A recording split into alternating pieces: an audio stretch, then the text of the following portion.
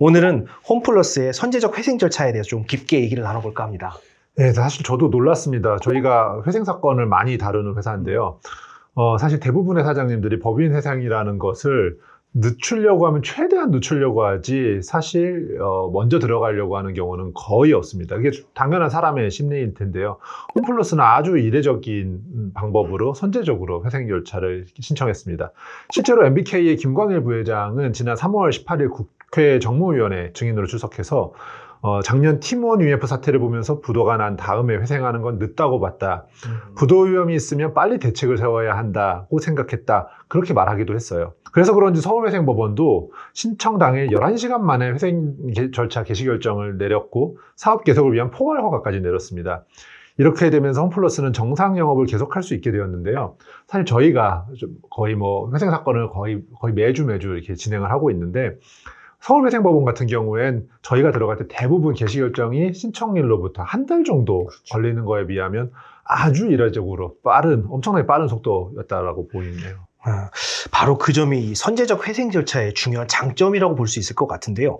홈플러스처럼 회생 절차를 선제적으로 신청하게 되면 위기 상황에서 빠르게 경영 정상화의 기회를 찾을 수 있겠죠. 또 선제적 회생 절차를 신청하면 채권자들의 압류나 가압류를 선제적으로 또 막을 수 있는 장점도 있는데요.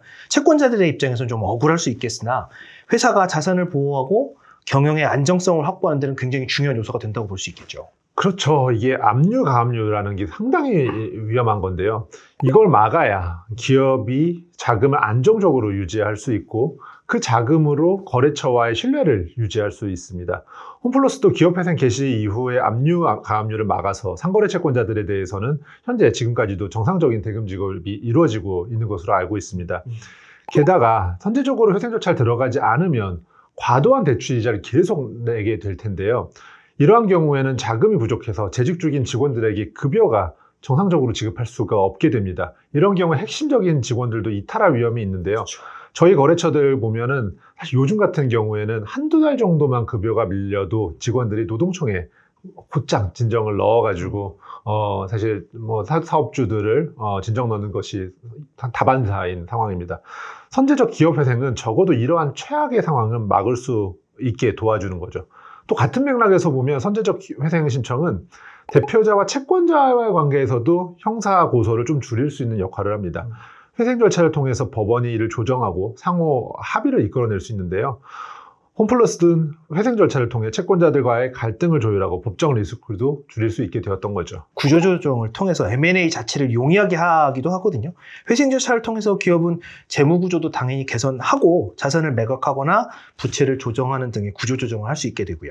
이렇게 되면 우발 채무를 완전히 정리해서 인수 희망자들이 안정적으로 회사를 인수할 수 있는 구조를 만들게 되거든요. 생각해보면 MBK는 현재와 같이 막대한 부채를 떠안고 있는 홈플러스를 그 누구에게도 매각하지 못했을 거기는 하죠. 그렇죠. 그래서 홈플러스의 각종 채무를 줄이고 우발 채무까지 없앨 목적으로 선제적 회생 절차를 선택한 거 아닌가라는 생각도 좀 들긴 합니다. 물론 MBK가 회생 절차 중에서 인수 희망자를 찾아 나서는 건 아닌지 좀 지켜볼 문제이긴 하지만요. 그게 성공한다면 사실 선제적 회생 절차를 통해 기업의 위기를 기회로 바꾸는 그런 좋은 사례라고 볼 수도 있겠는데요.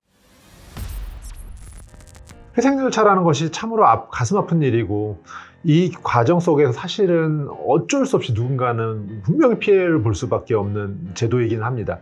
다만 최악의 상황에서 회사의 자산을 보호하고 그나마, 이게 정말 그나마입니다. 그나마 거래처와 직원들 그리고 채권자들을 조금이라도 보호하기 위해서는 적당한 때에 전략적으로 회생 절차를 신청하는 것도 현명한 하나의 방법이 될 수도 있겠네요.